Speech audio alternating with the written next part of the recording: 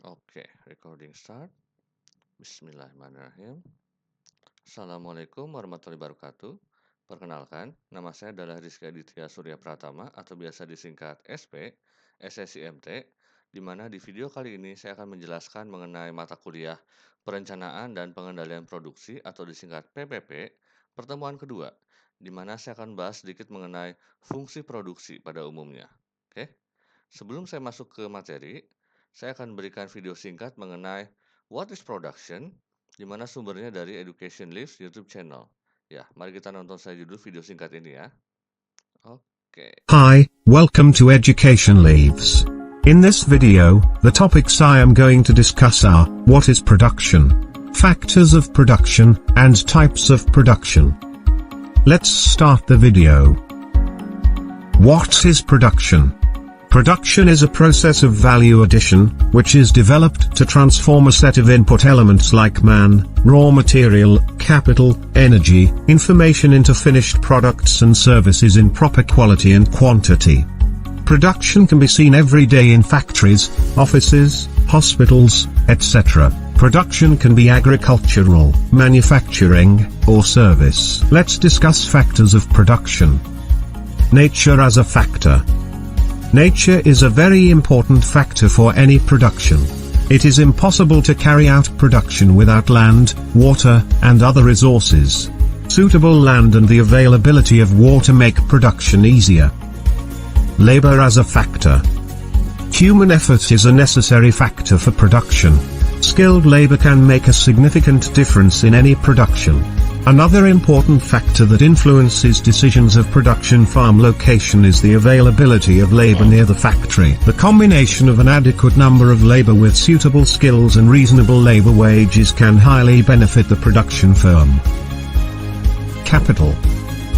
Capital generally refers to money.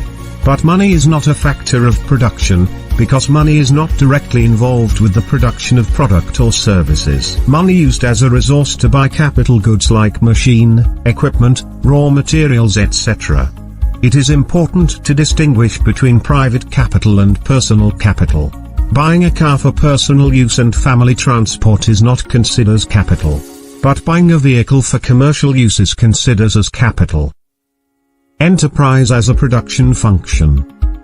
Enterprise is the activity that combines all the other factors of production into a product or service for the consumer market. Enterprise as a function involves in organizes other factors, like applying government rules and regulation, working discipline, etc. into an operating unit. Let's move on to the types of production. There are 4 types of production system that are generally employed. Which type is suitable is decided by the nature of the product being produced, demand of the product on the market, and supply of raw materials. 4 types of production are: 1. Unit or job type production. 2. Batch production. 3. Mass production, and 4. Continuous production or process production. Let's discuss each type separately.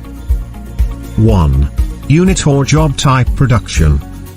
Unit or job type production is most commonly observed when you need to produce one single unit of a product at a time. A typical example of job production is tailored outfits that are made just for you and according to your size. 2. Batch production. Batch production most commonly used in consumer durables, FMCG, or other such industries where there are a large variety of products being manufactured, with variable demands. Batch production takes place in batches. The manufacturer needs to know the number of units he has to manufacture, and they are manufactured in one batch. Examples of batch production are FMCG like biscuits, confectionaries, packaged food items etc. 3. Mass production. Mass production is also known as flow production or assembly line production. An assembly line or mass production plant typically made for specialized product manufacturing. There are multiple workstations installed and the assembly line goes through all the workstations one by one.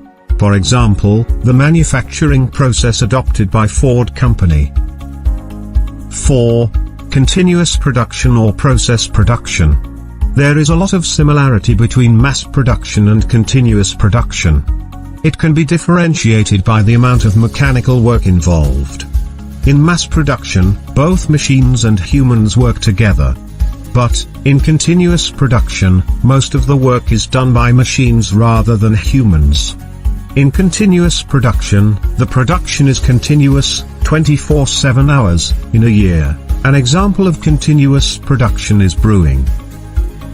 If you want to read it in details or download the PDF, go through the link in the description. Like the video, and don't forget to subscribe to my channel. Oke, itu kira-kira video singkat. Aduh, punten. Video singkat mengenai production. Mulai dari definisinya, lalu jenis-jenis produksinya seperti apa, itu bisa dilihat secara singkat dan jelas di video barusan ya. Oke, berikutnya saya akan masuk. Hi, welcome. Nah, ini dia. Definisi dari produksi itu sendiri. Jadi sebelum saya masuk ke perencanaan dan pengendalian produksi, saya akan menjelaskan dari awal, yaitu mulai dari definisi produksi itu sendiri. Jadi, by definition, produksi adalah semua kegiatan untuk menciptakan dan menambah kegunaan suatu barang atau jasa, yaitu dengan memanfaatkan faktor-faktor produksi yang tersedia.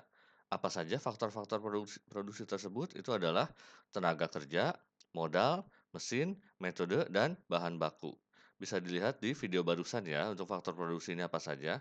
Nah, produksi ini tanpa adanya perencanaan yang masak dan diperhitungkan sebelumnya, maka kemungkinannya bisa terjadi penyimpangan dalam proses produksi perusahaan, baik dalam kualitas, model, kuantitas, maupun ketepatan waktu penerimaan barang atau jasa. Jadi itulah fungsinya atau pentingnya perencanaan dalam produksi ini. Oke, kita masuk ke yang berikutnya, yaitu adalah perencanaan produksi. Jadi tadi kita sudah bahas mengenai produksinya, berikutnya adalah perencanaan produksi. Jadi, perencanaan produksi adalah suatu kegiatan untuk mendapatkan produk sesuai dengan yang ditetapkan atau direncanakan sebelumnya, di mana ini berkaitan dengan penentuan berapa banyak yang diproduksi, sumber daya apa saja yang dibutuhkan, dan kapan harus dilakukan proses produksinya. Jadi semua itu butuh perencanaan, nggak bisa dadakan untuk produksi ini. Nah, perencanaan produksi ini juga berguna untuk membandingkan antara rencana dengan kenyataannya, sehingga apabila terjadi penyimpangan, maka kita dapat segera melakukan tindakan koreksi atau preventif kalau bisa sih, sebelum produk atau jasa dikeluarkan dari pabrik. Jadi sebelum itu beredar luas di pasaran, kita bisa melakukan perbaikan dulu sebelum itu. Oke, itu mengenai perencanaan produksi. Nah, berikutnya adalah pengendalian produksi. Jadi, pengendalian produksi adalah suatu kegiatan yang disusun sesuai dengan kemampuan sumber-sumber yang digunakan dalam memenuhi rencana produksi, yaitu kemampuan produksi yang sedang berjalan dan melakukan perbaikan rencana. Jadi kita melakukan kontrol atau pengendalian dari proses produksi yang dilakukan. Fungsinya apa? Jadi fungsi dalam kegiatan pengendalian produksi ini adalah untuk mengarahkan atau mengatur pergerakan material yang termasuk di dalamnya adalah bahan, komponen, dan produk melalui suatu siklus manufaktur mulai dari permintaan bahan baku sampai dengan pengiriman produk akhir kepada pelanggan. Jadi mulai dari hulu sampai hilir itu mesti dikendalikan. Harus direncanakan juga, tapi selain direncanakan mesti kita kendalikan supaya lancar alirannya mulai dari awal sampai akhir produksi ini terjadi. Itu kira-kira mengenai pengendalian produksi. Nah, berikutnya adalah gabungan dari keduanya, yaitu perencanaan dan pengendalian produksi, atau mungkin lebih dikenalnya sebagai production planning and control. Sebentar, ada pesawat. Oke. Oke, sudah. Masih?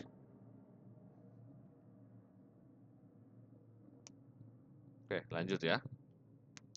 Jadi, perencanaan dan pengendalian produksi adalah suatu kegiatan yang dibutuhkan dalam kegiatan produksi, di mana secara umum definisinya adalah pernyataan rencana produksi dalam bentuk keseluruhan yang merupakan alat komunikasi antara manajemen atas dan manufakturnya gitu.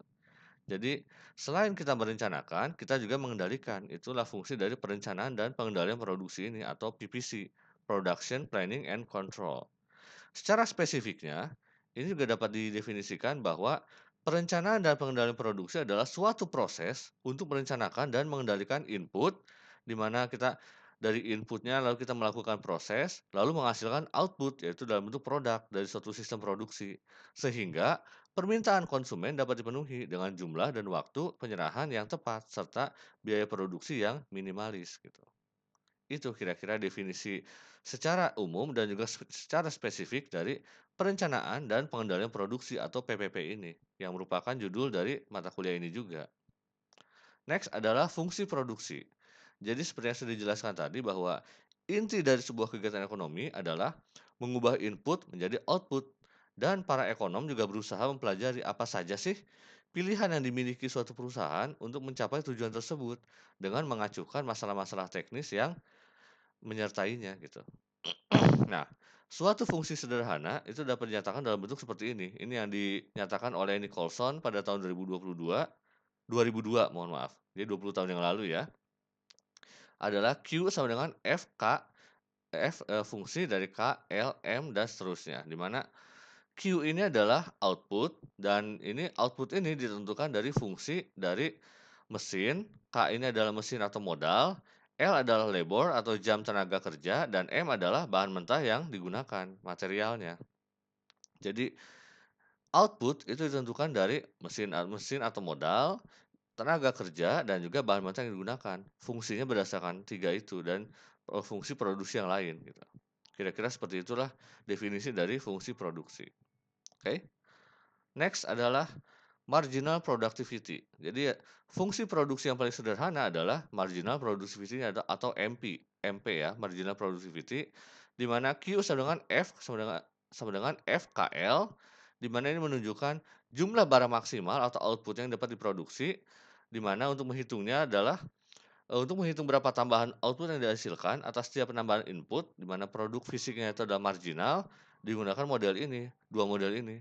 MPK, di mana itu adalah persamaannya adalah Dow Q per Dow K sama dengan FK, yaitu adalah produksi marginal modal, K-nya. Lalu MPL, di mana itu adalah Dow Q per Dow L sama dengan FL, yaitu merupakan produksi marginal tenaganya. Lambang Dow ini adalah parsial, di mana ini menggambarkan bahwa variabel selain yang diukur adalah konstan, gitu ya. Itu mengenai marginal productivity secara garis besarnya. Berikutnya, nah ini marginal productivity terutama produk fisiknya itu memiliki sifat diminishing. Artinya apa? Bahwa penambahan terhadap suatu input pada satu titik akan mencapai nilai maksimalnya. Kemudian kalau ada penambahan lagi, justru akan mengurangi produktivitas. Itu bisa dilihat dari persamaan di atas ini. Di mana Dow MPK per Dow K sama dengan Dow 2F per Dow K 2 sama dengan FKK itu malah lebih kecil dari 0.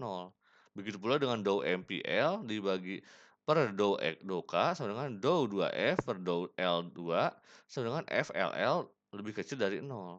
Jadi malah akan mengurangi produktivitas. Asumsi ini juga dikenalkan oleh Thomas Malthus, seorang ekonom pada abad 19, di mana dia khawatir terhadap ledakan jumlah penduduk yang justru malah akan menurunkan produktivitas tenaga kerja.